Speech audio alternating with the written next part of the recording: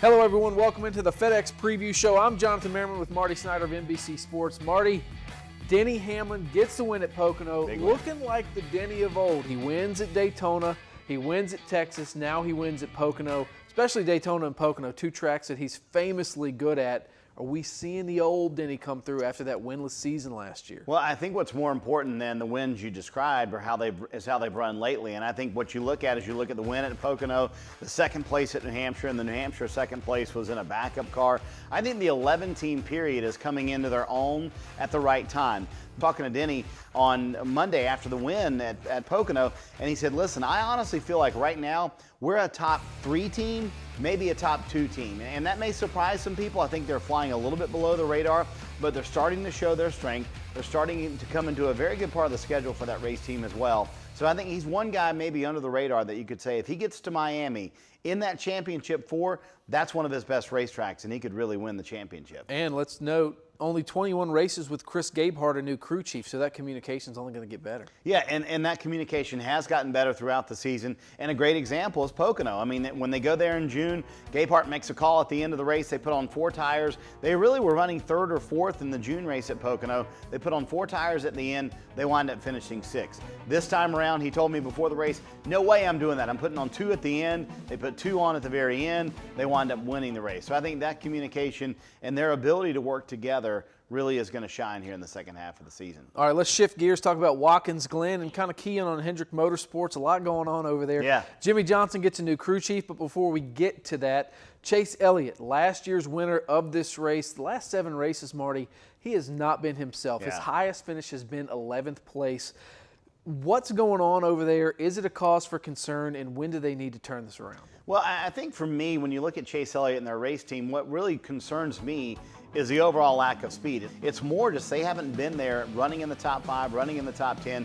And I think when you're a crew chief, that's what you really look at. You look for, okay, are we running up front? Are we contending for wins? Are we leading laps? And the answer to all of those for Chase Elliott in the last month and a half is no. Granted, Watkins Glen, very good track for Chase Elliott. They should be very good this weekend. But yeah, I'm a little bit concerned about the 9 team. I think going in the playoffs, they need to, A, turn things around and get things pointed in the right direction, get some momentum. But B, they've got to find some speed. They're not even as fast as their teammates, and that's a little concerning for right now where the 9 team is. All right, talking about playoffs, Jimmie Johnson on the outside looking in, 12 points, looking outside of Newman and Boyer right now.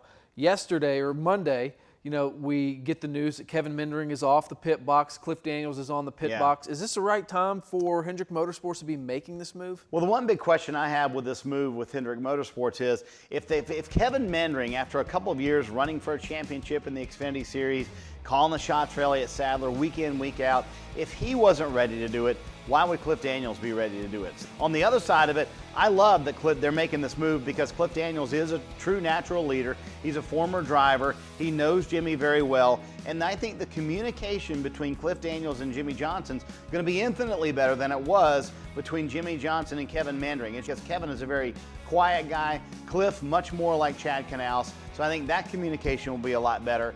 All right, let's talk about the usual suspects at Watkins Glen, guys like Truex, Denny, Brad, Kyle Busch.